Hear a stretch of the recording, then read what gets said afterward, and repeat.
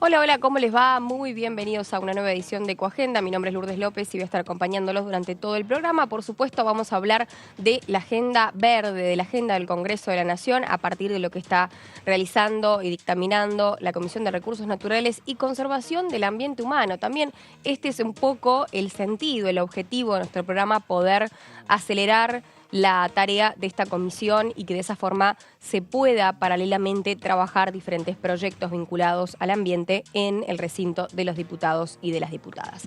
Nos vamos a contarles un poquito qué es lo que va a tener el programa del día de hoy, en este caso una investigadora del CONICET. Ella es Laura Yadian, en el Instituto de Fisiología y Ecología Vegetal aplicado a la agricultura. Sus intereses de investigación se relacionan con los efectos del cambio global en los ecosistemas terrestres, incluyendo el cambio climático, cambios en el uso de la tierra, las invasiones biológicas y la pérdida de biodiversidad.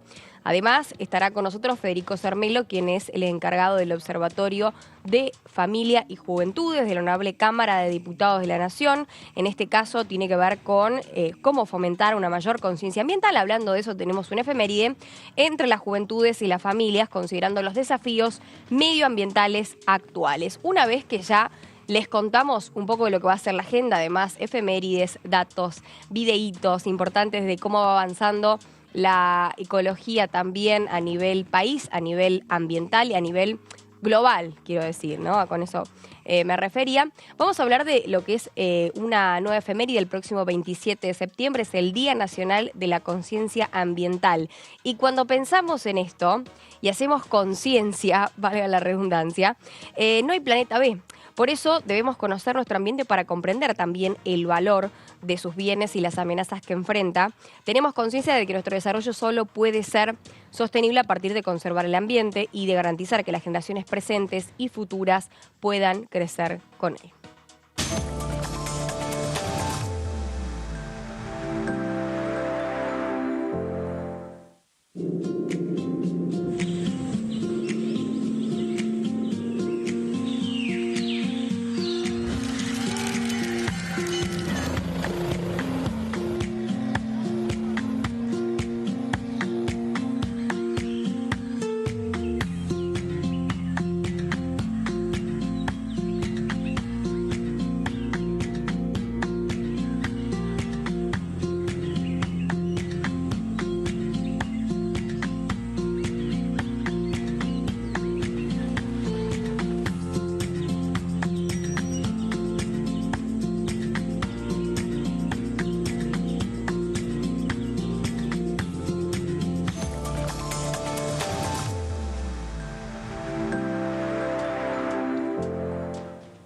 Bueno, mucho hemos hablado del valor que tienen los pastizales patagónicos y los pastizales en general en nuestro país, y cuando esto nos referimos tiene que ver con que generan hábitats, con que también son ricos en diversidad biológica para la fauna nativa, también regulan el suministro de agua. Estos se encuentran hoy amenazados por la desertificación, un tema que bueno, ya hemos tocado varias veces en nuestro programa, un proceso que genera la pérdida de suelo y cambios en la vegetación que pueden ser realmente irreversibles. Lo vemos.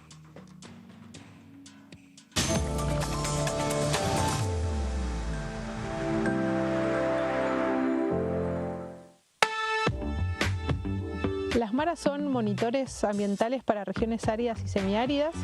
Es una red que en principio estaba en toda la Patagonia, en las distintas provincias, y de a poquito se está ampliando.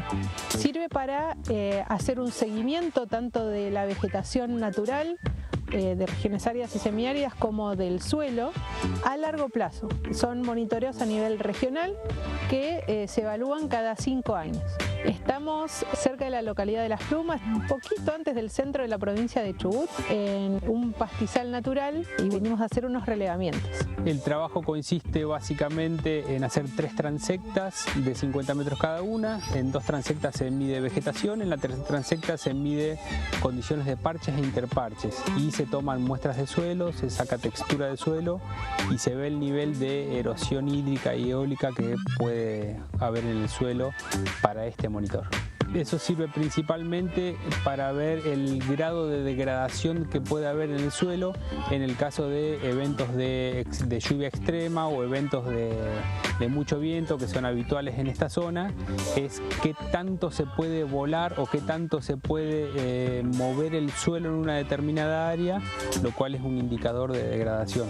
Es mi primera experiencia haciendo las mediciones en estos monitores. Yo trabajo también en el grupo de pastizales naturales a través de una beca postdoctoral cofinanciada entre la Secretaría de Ciencia y Técnica de la provincia del Chubut y CONICET.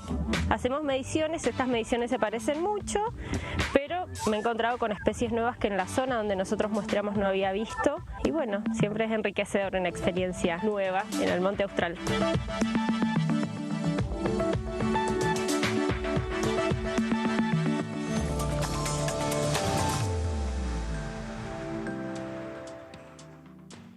Muy bien, y para hablarnos de este tema ya tenemos a nuestra invitada, lo adelantamos al principio del programa, que ella es bióloga de formación y doctora en ciencias agrarias, ambos títulos obtenidos en la Universidad de Buenos Aires. También es investigadora científica en el Instituto de Fisiología y Ecología Vegetal aplicado a la agricultura y profesora de la Universidad de Buenos Aires en la Cátedra de Ecología de la Facultad de Agronomía. Bueno, sus intereses de investigación se relacionan con los efectos del cambio global en los ecosistemas terrestres, incluyendo el cambio climático, cambios en el uso de la tierra, también las invasiones biológicas y la pérdida de biodiversidad. Ella es Laura Yadian, investigadora del CONICET. Gracias por venir, Laura, un placer. Muchas gracias a ustedes por invitarme. Bueno, a partir de esto y de resaltar la importancia que tienen los suelos, no solamente para la producción, sino para la calidad de vida nuestra, de los humanos y también de los ecosistemas que conviven allí. ¿Cómo fue que te generó este interés de empezar a estudiar esto? Jovencita, me imagino, a tus 18 años o desde pequeña también, este interés. ¿Cómo salió? Bueno, la biología siempre me apasionó y la ecología es una rama de la biología que abarca todas las ciencias de la vida, y en particular siempre me incliné a estudiar los ecosistemas, las relaciones entre los organismos y su ambiente. Y desde que comencé la carrera de biología en la Facultad de Ciencias Exactas de la Universidad de Buenos Aires, hasta ahora hubo como un cambio grande de paradigma. Antes se consideraba que la naturaleza podía absorber todo, podía amortiguar cualquier cambio que las actividades humanas produjeran en el ambiente, y ahora sabemos que no es así, que nuestras actividades están cambiando profundamente el ambiente en el que vivimos, modificando la concentración de gases en la atmósfera, con las consecuencias que eso tiene en el aumento de temperatura y en el cambio climático. Estamos perdiendo especies que una vez que se pierden del planeta no hay manera de volver a recuperarlas, y estamos entendiendo cada vez más los efectos que eso tiene sobre el bienestar de la población humana. Y ese cambio de paradigma que sucedió me motivó a investigar cuáles eran las consecuencias de estas actividades humanas que hacemos para producir nuestro alimento, para movilizarnos, para tener una mejor calidad de vida, y cómo eso podía estar impactando en la naturaleza con repercusiones en el propio bienestar humano. Muy bien. Con esto, ¿qué hallazgos importantes pudiste lograr durante todo este tiempo? Me imagino, además de todo el estudio y la formación, siempre se genera un interés particular por algunos temas, y esto que tiene que ver también para abordar diferentes desafíos, ¿no?, del cambio climático.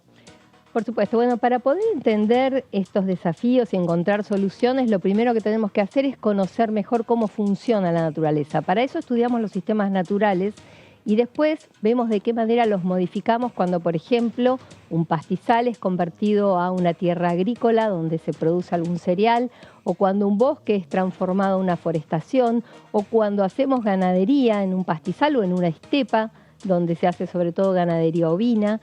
Y entonces entender las leyes de la naturaleza, que son las mismas que rigen el pastizal, el bosque y la estepa, también rigen estos sistemas productivos, nos permite poder encontrar un manejo agrícola, un manejo forestal, un manejo ganadero que tenga el menor impacto negativo sobre el ambiente, es decir, poder producir el alimento que la población humana creciente necesita, pero teniendo las menores repercusiones negativas posibles en el ambiente en el cual esa producción sucede. Como vos decías hace un rato, no es solamente importante la vegetación, las especies que están ahí, sino también conservar el suelo, poder almacenar carbono en el suelo y de esa manera que se emita menos a la atmósfera. Claro. Entonces, entender cómo circula el carbono en los ecosistemas es clave para poder después reducir las emisiones. Seguro, seguro. O sea, esto de entender una cosa para poder también entender lo que es la captura y la medición, ¿no? Porque es captura y medición de la huella de dióxido de carbono,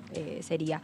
A partir de esto, ¿cuáles son algunas estrategias que propones, ¿no? Y que tienen que ver con hacer frente a este cambio bajo el contexto de una agricultura y una ganadería que obviamente debe desarrollarse, pero a la vez tiene que intentar ser lo más sustentable, o el impacto debe ser lo menor posible, ¿no? Sí, efectivamente no es sencilla la solución. Estoy pidiendo mucho, capaz. Pero hay alternativas, Sí. Por ejemplo, no es lo mismo la cantidad de animales que podemos producir en una unidad de superficie en un contexto de sequía, como el que acabamos de atravesar en nuestro país después de varios años consecutivos de reducciones muy marcadas en las precipitaciones anuales prácticamente en todo el país. Entonces, de alguna manera hay que ajustar la carga ganadera, decimos nosotros, es decir, la cantidad de animales que tenemos por unidad de superficie, a esas condiciones ambientales imperantes para no sobrecargar el territorio, para que no haya un sobrepastoreo, un sobreuso de la vegetación. La ganadería se produce principalmente en forma extensiva, es decir, que los animales producen en función de lo que pueden alimentarse de la vegetación natural. Exacto. Y esa vegetación natural se ve afectada con la sequía. Entonces, manejar la carga ganadera es, por ejemplo, una de las alternativas para evitar la degradación, no llegar a la desertificación y mantener una producción, bueno, acorde por ahí al año o al momento que se vive. Acá, ¿cómo pueden los pronósticos climáticos más precisos ayudar en este caso a los productores en la toma de decisiones? Porque me imagino que no debe ser nada sencillo poder determinar, ¿no?, cómo entender todo esto a partir del clima, a partir de las temporadas, digo, ahora con el Niño, la Niña, los vientos. Bueno, es todo un tema que no debe ser fácil de medir tampoco. Bueno, los pronósticos climáticos son claves, porque justamente como la producción está basada en la vegetación natural y a su vez la vegetación natural responde al clima, conocer de antemano cómo van a ser las condiciones climáticas, por ejemplo, con 3 meses de anticipación, le permite a los productores ganaderos ajustar sus cargas o bien liquidar vacas, ovejas, cabras, lo que sea que estén produciendo, venderlos en casos en los que haya que reducir y venderlos con determinado tiempo, o al revés, aprovechar momentos que vienen de buenas condiciones climáticas para eventualmente poner más animales en el campo. Entonces, ajustar. O sea que, perdón, no es un trabajo solamente de los productores en este caso, sino que también intervienen, puede ser geólogos, ingenieros agrónomos, digo, hay todo un trabajo mancomunado, en este caso biólogos, ¿no?, que están como todo el tiempo midiendo estas cuestiones. Por supuesto, la ciencia que nosotros hacemos, la ciencia ecológica para poder manejar los sistemas productivos y también para reducir los impactos negativos en el ambiente, es una ciencia de base multidisciplinaria donde trabajamos en forma mancomunada, biólogos, licenciados en ciencias ambientales, ingenieros agrónomos, edafólogos, geomorfólogos, digamos. Es un conjunto de formaciones distintas y se trabaja en forma muy multidisciplinaria para poder entender cuáles pueden ser las soluciones a los distintos desafíos ambientales que tenemos en la actualidad y que van a ser cada vez mayores en el futuro. Me das pie perfecto para también intentar determinar cuál va a ser el objetivo, los objetivos para la formación de los futuros científicos en este caso y cuál también es tu enfoque educativo.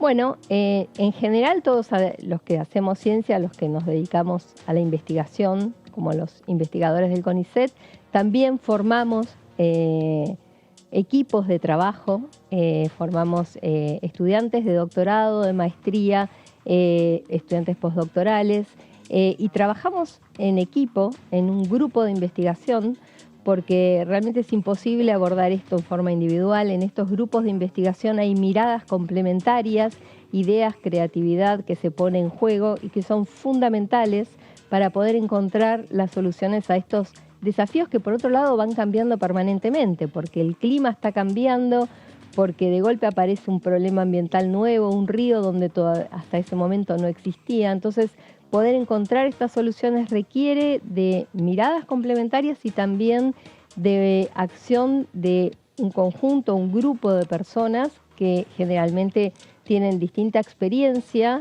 distinto tiempo desde que se están iniciando en la investigación, y que esos aprendizajes se complementan mucho. Yo aprendo mucho con mis estudiantes. La verdad es que es muy interesante la mirada que ellos traen fresca, Sí. nueva, sobre problemas que, bueno, ellos por ahí se han formado en un contexto tecnológico y en una problemática ambiental muy distinta al momento que vivíamos cuando me formé yo.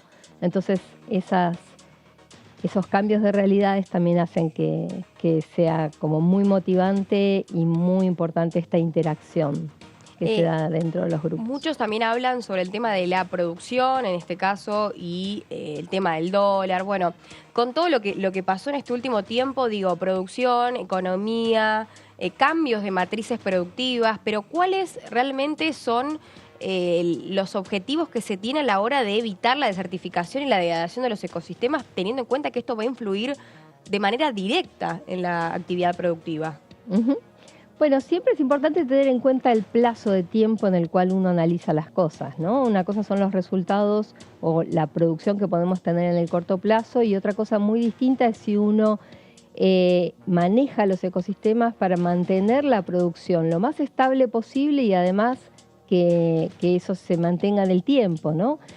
A eso llamamos la sustentabilidad de la producción agrícola, ganadera, forestal, y para eso es muy importante tener esta perspectiva de largo plazo, no pensar solamente en cuánto queremos producir el año que viene, sino que queremos que esa producción se mantenga. Para eso es importante que dejemos vegetación natural, ya sean los bordes de los cultivos, que haya remanentes de montes nativos donde hay reservorios de polinizadores, de especies que atacan a las plagas de los cultivos, reservorio de diversidad, porque ahí también puede haber especies que querramos domesticar en el futuro cuando la producción agrícola sea mejor, con especies distintas que las que estamos usando en este momento. Entonces, todo ese reservorio de biodiversidad es de algún modo nuestra garantía de que vamos a poder seguir produciendo en estas cantidades en el futuro.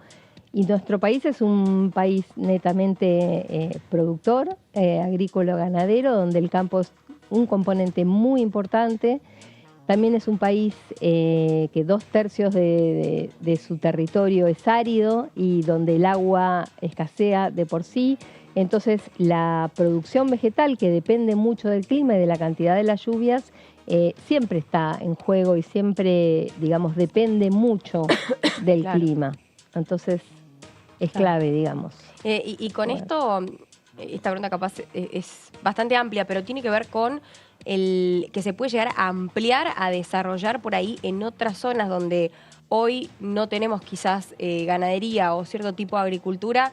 ¿Se pueden cambiar las zonas como para hacer una renovación de los suelos? Digo, en vez de que sea en la Patagonia, que cambien, producto también del mismo cambio climático, las zonas de pastoreo, las zonas donde normalmente hay cultivos. Digo, Bueno, de acá, pensando en unos años.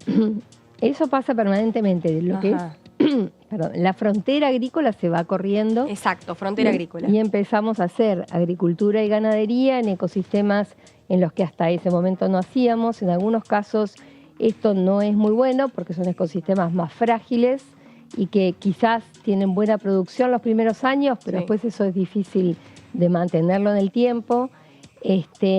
Pero bueno, sí, permanentemente está cambiando el territorio, están cambiando los tipos de producciones, también porque hay cosas relacionadas externas, digamos, factores externos, el comercio o el intercambio global de commodities también direcciona mucho el tipo de producción que se hace en el país, eso es inevitable. Así que es muy dinámico el sistema y es importante estar monitoreándolo permanentemente y tener como una capacidad de ajustar, de cambiar, de ver si, bueno, en este momento se produce bien tal cosa, pero si eso tiene una degradación del suelo y no va a permitir la sustentabilidad de esa producción en el tiempo, entonces hay que tener como la flexibilidad para poder cambiar. Y para eso es importante hacer investigación, Claro. para eso es importante tener ensayos, tener experimentos que generalmente se hacen a campo, donde uno testea distintas alternativas y evalúa cuáles son sus resultados, tanto en producción como en los otros aspectos, en los otros servicios ecosistémicos que brindan los sistemas, que brinda la naturaleza como beneficio a los seres humanos, como esto que decíamos, almacenar carbono para regular el clima, Claro. almacenar el agua, depurarla, Sí. mantener la biodiversidad. Tal cual. Ujú. Sos también presidenta de la Asociación Argentina de Ecología desde el 2022. Bueno, imagino que debe ser también un gran desafío, pero ¿qué iniciativas tiene en el ámbito también de la ecología en Argentina, ¿no? Digo, ¿cómo fue el primer tiempo, los primeros años que todo se va conociendo, se va avanzando y después, bueno, ya con una línea de trabajo marcada, con especialistas y demás, esto tiene otro tipo de organización? Sí, la Asociación Argentina de Ecología, a la que le tengo mucho cariño, es una asociación que nuclea a los profesionales de la ecología y que lo que intenta hacer es promover la ciencia ecológica, no solamente fomentar la investigación, sino también su difusión, su divulgación y la enseñanza desde los niveles iniciales, medios y, por supuesto, en las universidades. Entonces, lo que hacemos como asociación es, por un lado, organizar reuniones científicas cada 2 años. El mes que viene nos vamos a reunir en Bariloche, en la ciudad de San Carlos de Bariloche, para tener la reunión argentina de ecología número 30. Nuestra asociación ya cumplió 50 años.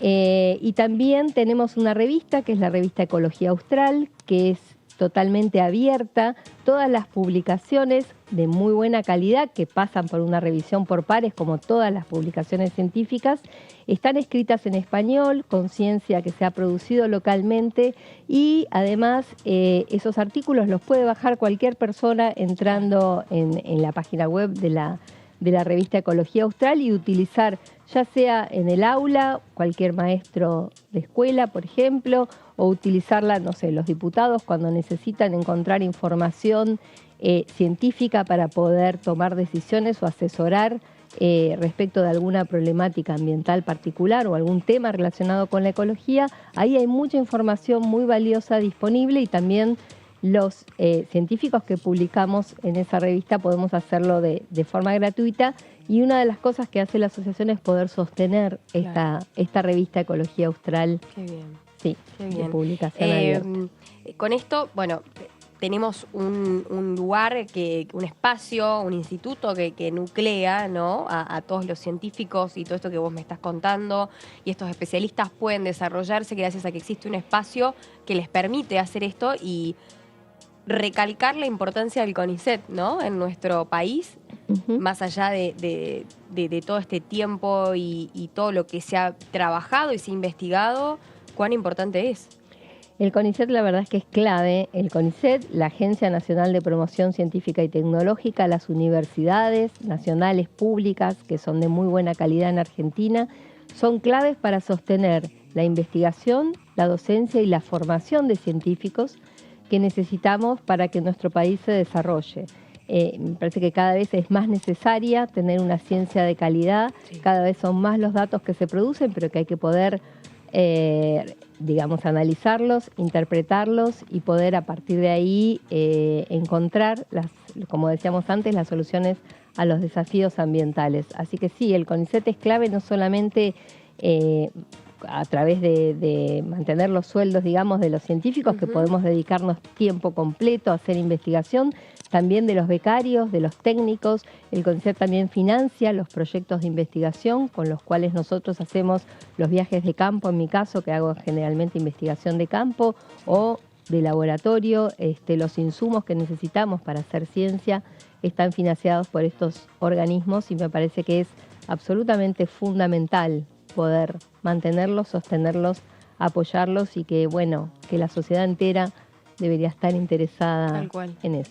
Te agradecemos obviamente por haber venido y bueno, sos más que bienvenida, Laura, en todos los puntos que se pueda pensar, la importancia de la ecología, la importancia del conocimiento de la agronomía y de la agricultura y de la ganadería, y un montón de tantos puntos que valen la pena seguir aprendiendo, y sobre todo porque hoy todo se maneja con el dinero, lamentablemente, todo es a materia de productividad y avance tecnológico. Entonces digo, hay que conocer, hay que investigar y hay que tener representantes como vos, bueno, para poder trabajar mejor. Así que gracias. Bueno, yo soy la agradecida porque a los investigadores nos cuesta mucho salir de nuestro lugar de confort. Sí, ya lo sabemos. Pero es un la placer. verdad es que sí, cuando nos invitan venimos porque nos parece que es muy importante difundir lo que hacemos. Y bueno, agradecida que me hayan invitado. Gracias, gracias. Bueno, ahí pasaba la palabra de Laura Bayán, en este caso, que es una de las que nos ha podido venir a visitar y a traer información sobre ecología, sobre modificaciones en los ecosistemas a partir del cambio climático. No es mentira, esto está investigado por investigadores del CONICET. Hacemos pausa, ya volvemos.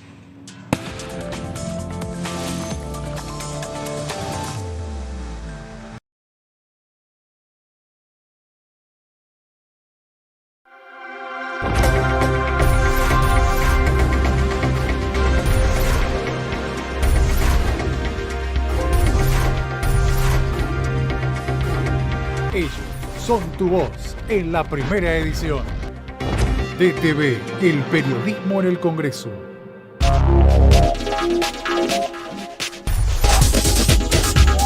Punto Género, lunes, 23 horas.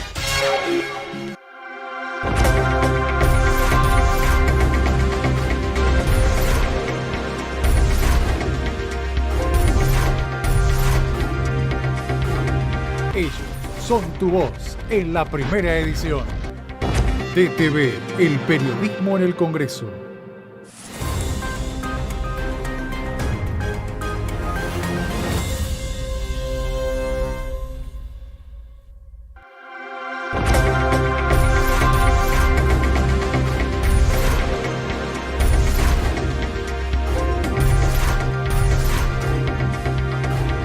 Ellos son tu voz en el análisis. DTV, el periodismo en el Congreso.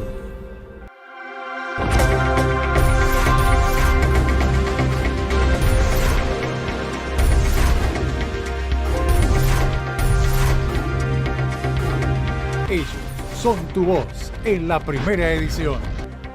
DTV, el periodismo en el Congreso.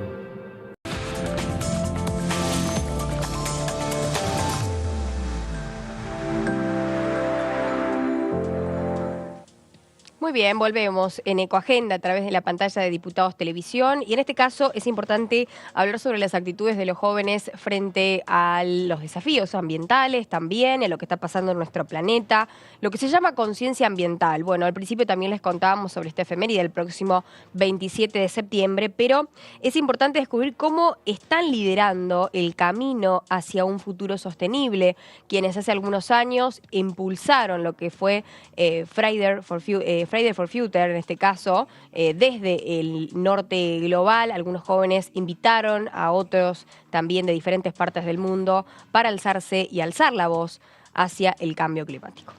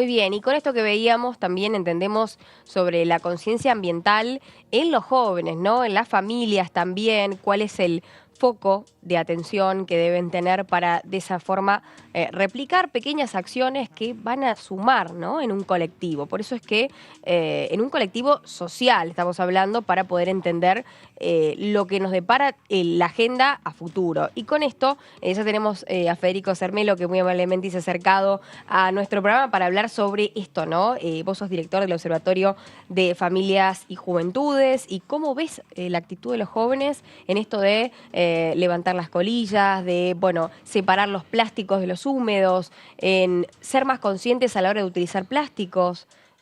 ¿Cómo lo vas notando?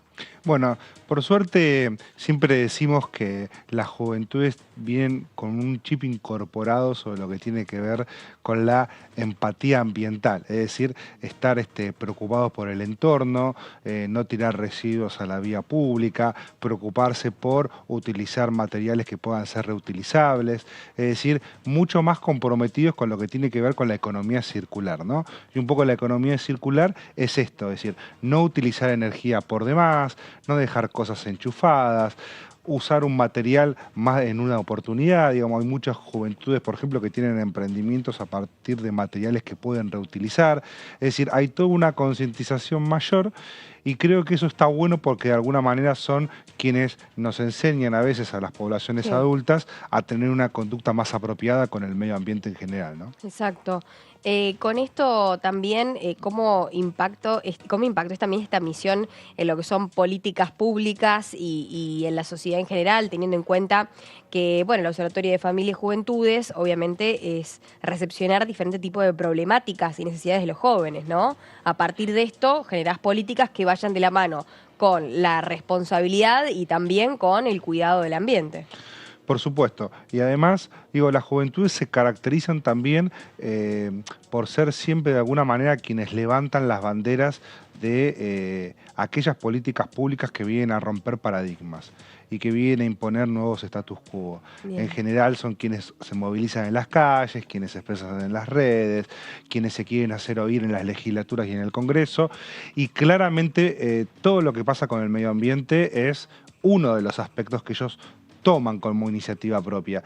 Todas las leyes ambientales que se aprobaron en los últimos tiempos, Acuerdo de Escazú, Ley Yolanda, Ley de Educación Medioambiental, tuvieron a las juventudes movilizándose en la calle, participando de audiencias, el observatorio siendo muchas veces el nexo entre aquellos que vienen y se movilizan en la calle y los legisladores con su agenda parlamentaria y con esto de generar actividades, foros y conversatorios para que se puedan expresar y los legisladores, ¿no?, también puedan tomar nota a partir de sus necesidades. En este caso, una de las funciones principales del observatorio es, bueno, generar proyectos legislativos que beneficien principalmente a los jóvenes, pero ¿qué ejemplos concretos de proyectos exitosos han surgido de todo este trabajo, no solamente tuyo, sino también de un equipo que te acompaña, por supuesto? Bueno, nuestro primer gran logro creo que fue al inicio de nuestra gestión, que como le pasó a toda la gestión en sí del Estado Nacional, Provincial y Municipal, que vino la pandemia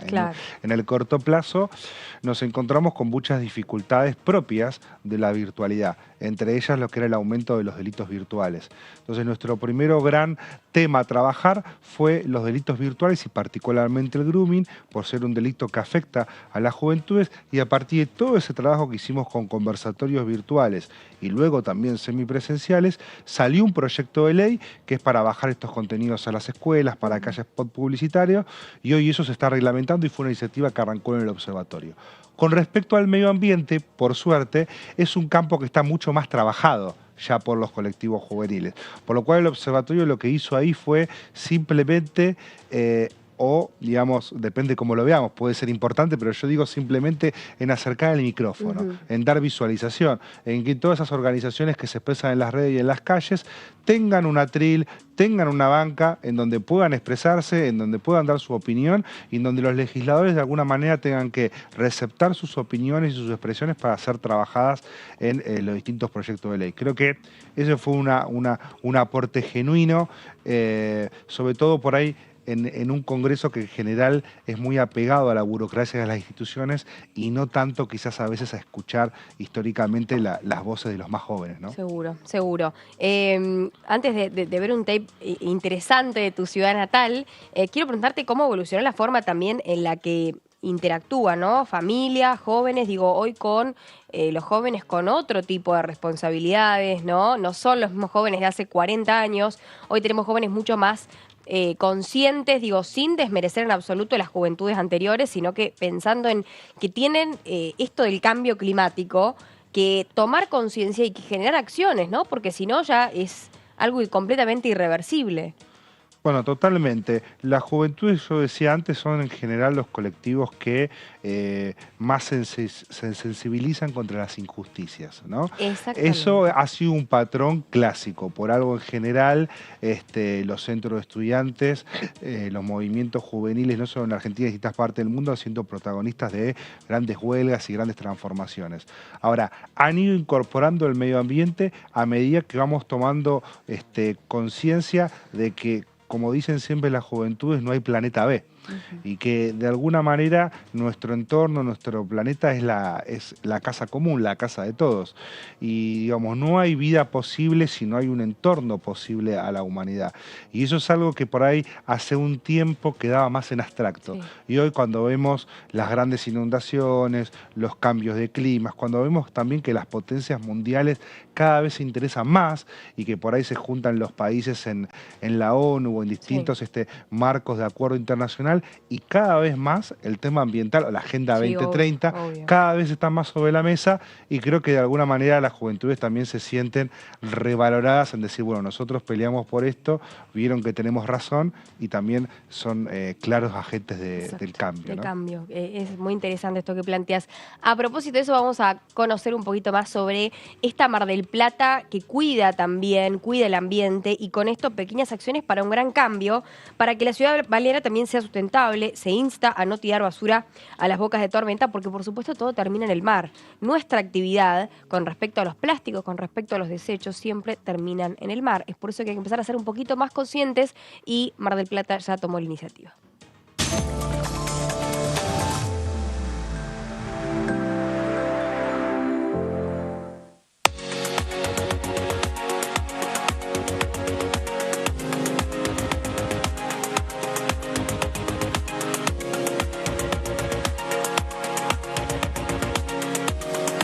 Concientizamos en las calles de Mar del Plata para que la basura no termine en el mar. Sumaste a nuestra iniciativa. No tires basura a las bocas de tormenta.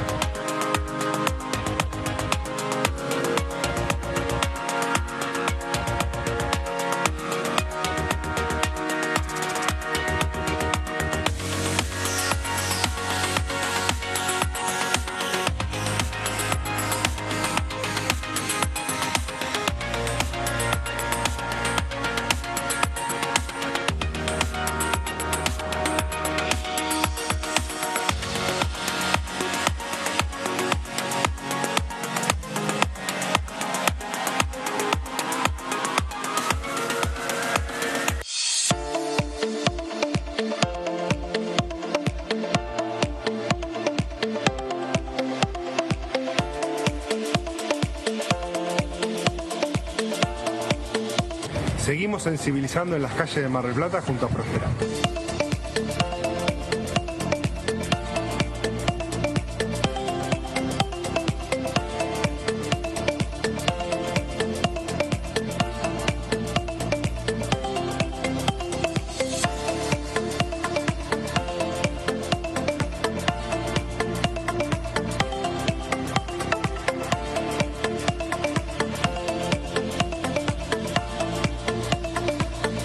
Como el mar comienza acá, concientizamos no tirar basura.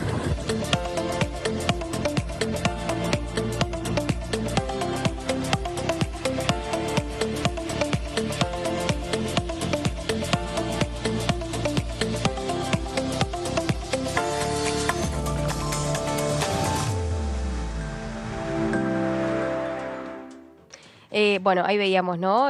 Todo lo que tiene que ver con los movimientos que llevan a una conciencia climática, ambiental importante en las ciudades balnearias, donde todas las acciones, todo lo que hacemos termina en el océano, termina afectando la biodiversidad y los ecosistemas que en él viven.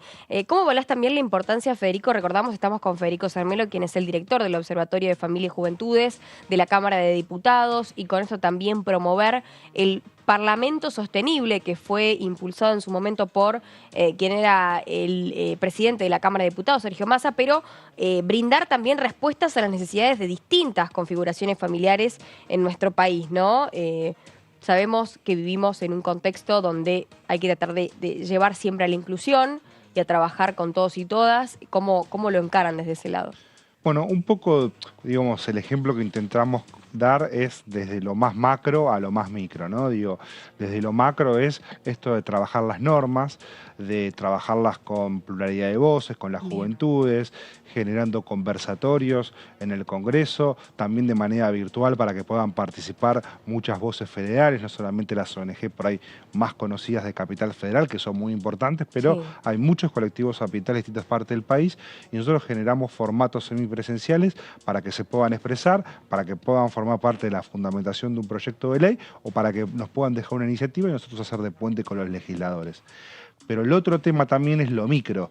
Y estas pequeñas acciones, como las que mostraban recién, son las que nosotros decidimos acompañar a distintas ONG para realizar tareas ambientales y de alguna manera un Congreso sostenible también va de la mano con una sociedad sostenible y con generar pequeñas acciones muy sencillas. Digo, evitar que haya basura en las bocas de tormentas es evitar no solamente que eso termine en un mar, sino también incluso evitar potenciales inundaciones. Digo, eso que nosotros arrancamos a hacer con una ONG en Mar del Plata surgió a partir de que un día cuando se inundaron empezaron a decir, bueno, falta mantenimiento en las bocas de tormentas. Seguramente será responsabilidad del municipio, pero mientras tanto la ciudadanía podemos cobrar. Entonces se trata lo mismo con el cigarrillo, hay mucho, instalamos también colilleros, acompañamos a la ONG, entonces en vez de tirar el cigarrillo en el piso lo podemos tirar en un colillero, es decir, son pequeñas acciones y que de alguna manera nos legitiman el trabajo legislativo que después hacemos también. ¿No?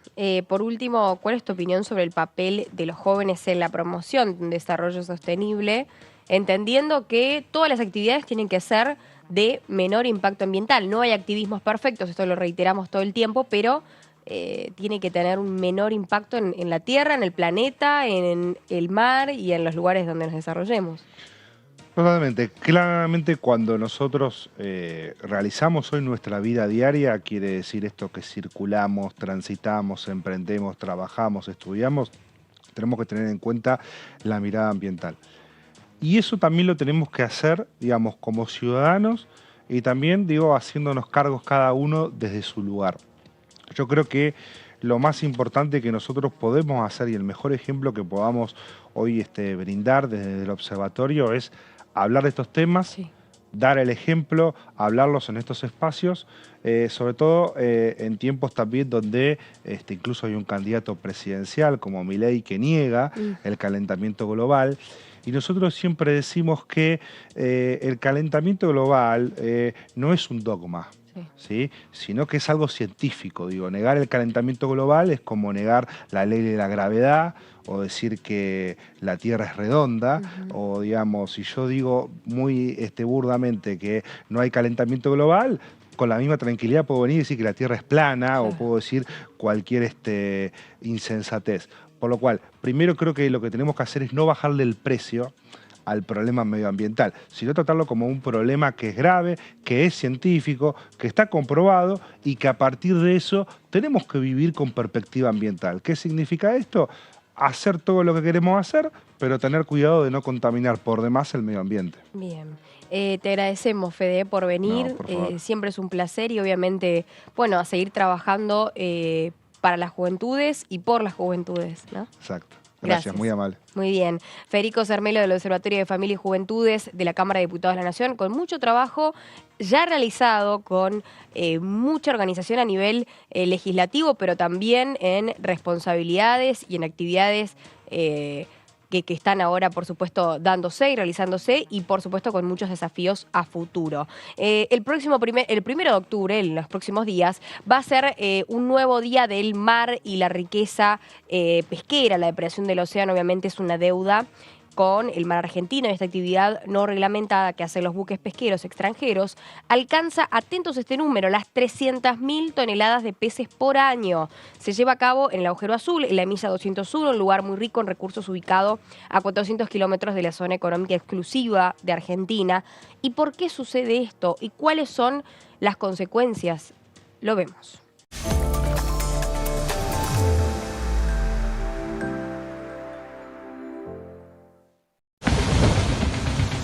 Los buques pesqueros de bandera extranjera. Fuego libre. En zona de pesca de calamar, en la zona sudoeste. Estamos volando en la línea de las 200 millas del mar argentino. Estamos con un rumbo oeste-sudoeste y los barcos quedan a la derecha. Por lo tanto, están dentro de aguas territoriales argentinas y claramente están pescando.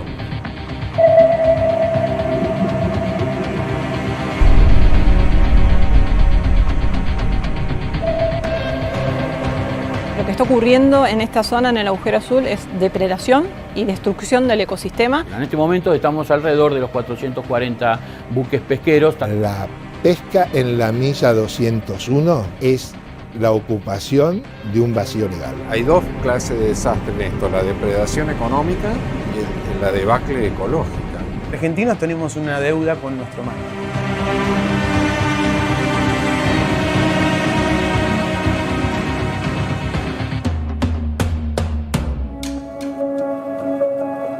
Esta pesca, estos por ejemplo 470 barcos que contamos en el último monitoreo que hicimos, se concentran en lo que llamamos el Agujero Azul, que es esta zona que está a 400 kilómetros, aproximadamente 200 millas marinas del Golfo San Jorge. La zona económica exclusiva argentina alcanza hasta la milla 200, contada desde la línea de base, desde la costa. Es habitual que en la zona adyacente a la zona económica exclusiva argentina lleguen una importante cantidad de barcos. ¿Y por qué lo hacen? Porque son aguas internacionales. Fuera de ese límite de las 200 millas, se considera por la CONVEMAR, esta convención internacional, mar libre. Por lo tanto, la explotación de la columna de agua es libre. Los buques que operan en esa zona son buques que pescan calamar. El calamar es una especie que tiene un periodo de vida solamente de un año, es una especie anual y en consecuencia sus concentraciones son muy fluctuantes. Tiene apariciones muy altas y apariciones muy bajas. Estos tipos de buques tienen sistemas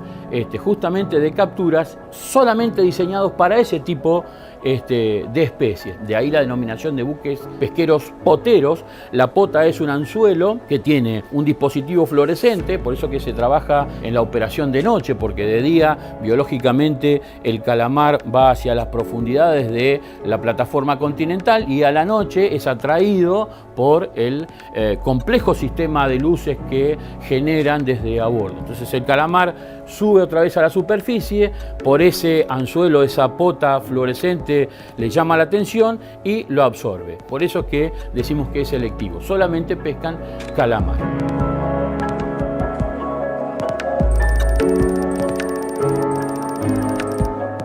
Más de 500 barcos todos los años se concentran en esta zona a pescar sin ningún tipo de control, sin ningún tipo de regulación, para depredar realmente esta zona que llamamos el Agujero Azul, que es un ecosistema muy importante, fundamental. ¿Por qué? Porque es un área muy productiva y que toda la fauna de nuestro mar va hasta ahí a alimentarse, por ejemplo la ballena franca austral, orcas, delfines, compitiendo directamente con una industria que es muy intensiva y muy destructiva.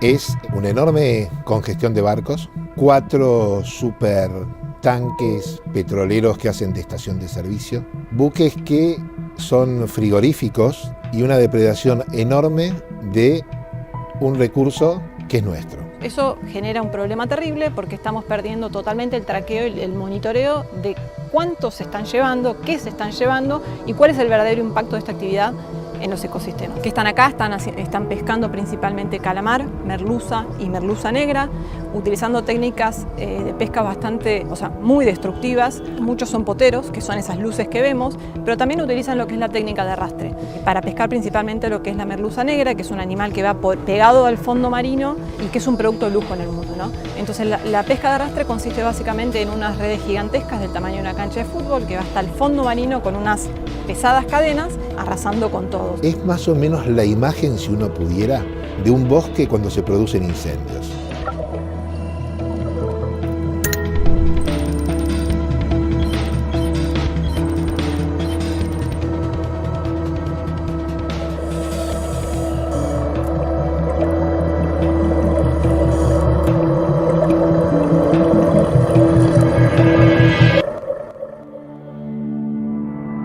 La flota en este momento se encuentra fuera de la zona económica exclusiva, a 1,3 millas náuticas del límite exterior.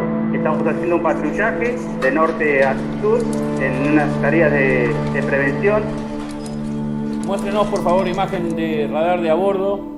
Ahí se ve perfecto. El límite de nuestra zona económica exclusiva y cómo están la posición ubicados del guardacosta toda la flota y la ubicación de la flota. De buques boteros fuera de la zona económica exclusiva.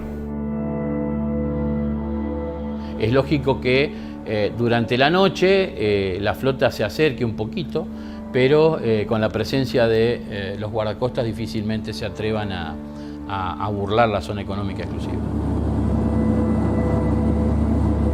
Cada buque pesquero nuestro tiene un control a bordo de un inspector de pesca y también cuando llega a puerto también es verificado. El problema está fuera de la zona económica exclusiva argentina, donde no hay todavía herramientas internacionales que nos permitan controlar la cantidad de especies capturadas y los tipos de especies. La pesca ilegal es la que realizaría un buque que ingrese ilegalmente a pescar en las aguas en las que nosotros tenemos soberanía exclusiva y excluyente de los demás. Si ese buque que está pescando fuera del límite de nuestra zona económica exclusiva, por alguna razón ingresa y nosotros comprobamos que está haciendo una actividad de pesca, comete una infracción a esa ley federal de pesca. Y es ahí donde actuamos y se lleva adelante el procedimiento habitual.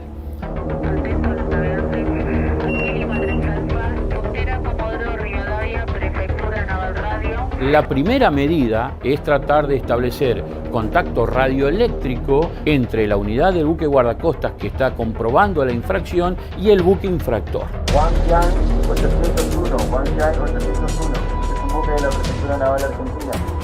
Se le ordena que cese la actividad depredatoria que está haciendo, reitero, dentro de la zona económica exclusiva argentina. La misa para asistencia a un buque dorado de liberación. Si no cesa esa actividad, el protocolo nos permite actuar con una mayor severidad. Huanchan 801, this is Argentine Coast Guard calling you, over. We prepare to open fire on you. You are responsibility for your ship and your crew. ¡Fuego libre!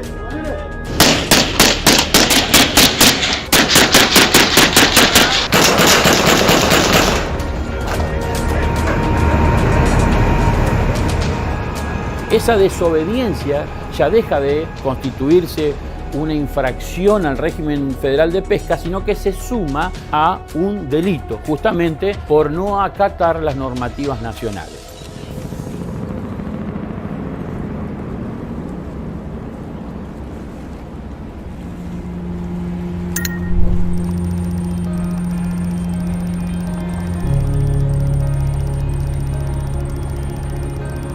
Tenemos que darnos cuenta que somos unos países más ricos del mundo en cuanto a recursos marítimos. Tenemos 15.000 kilómetros de costa, tenemos agua dulce, agua salada, tenemos lagos, o sea, tenemos una variedad de peces que no tiene nadie.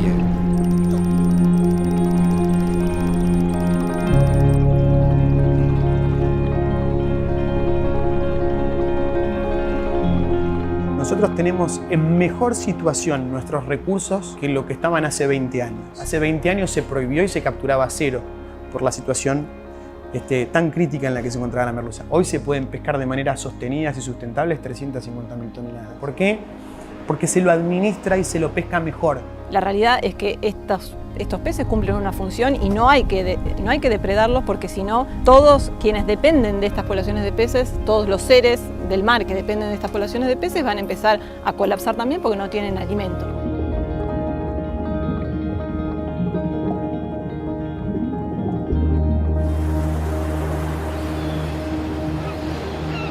la contraposición de explotación controlada en el agua jurisdiccional argentina versus el mar libre, por supuesto que genera esos sentimientos encontrados y hasta a veces un poco de dolor, como digo, de impotencia de poder, si tuviéramos herramientas internacionales de mayor severidad, poder avanzar sobre eso. Por eso no es un tema de este gobierno, no es un tema del gobierno anterior, del anterior, del anterior, del anterior. Es un tema de todos los gobiernos. La verdad que ninguno priorizó preservar nuestros recursos, preservarlo de la depredación, pero sobre todo también del desastre ecológico que va a implicar esto, porque esto se agota y en un momento cuando se agota la consecuencia es permanente. Es una imagen que se repite año a año y que entiendo y comprendo puede generar en muchísimas argentinas y argentinos indignación porque están en las puertas de nuestras aguas, ¿no? Están ahí, al límite.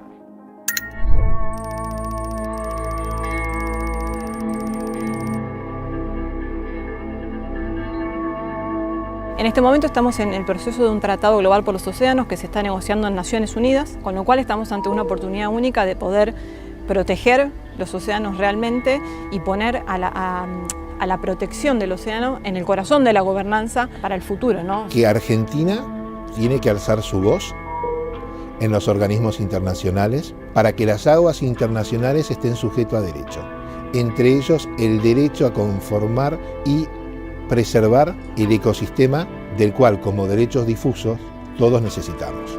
Muchas veces desde las ciudades no nos damos cuenta de que no podemos vivir en un mundo sin océanos.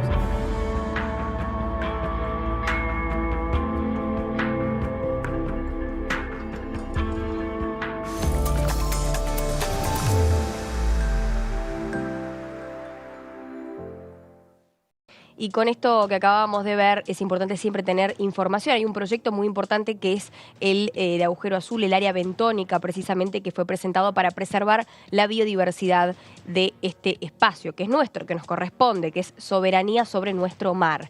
A propósito de esto, si cuidamos la tierra nos cuidará. Hasta la próxima. Chau, chau.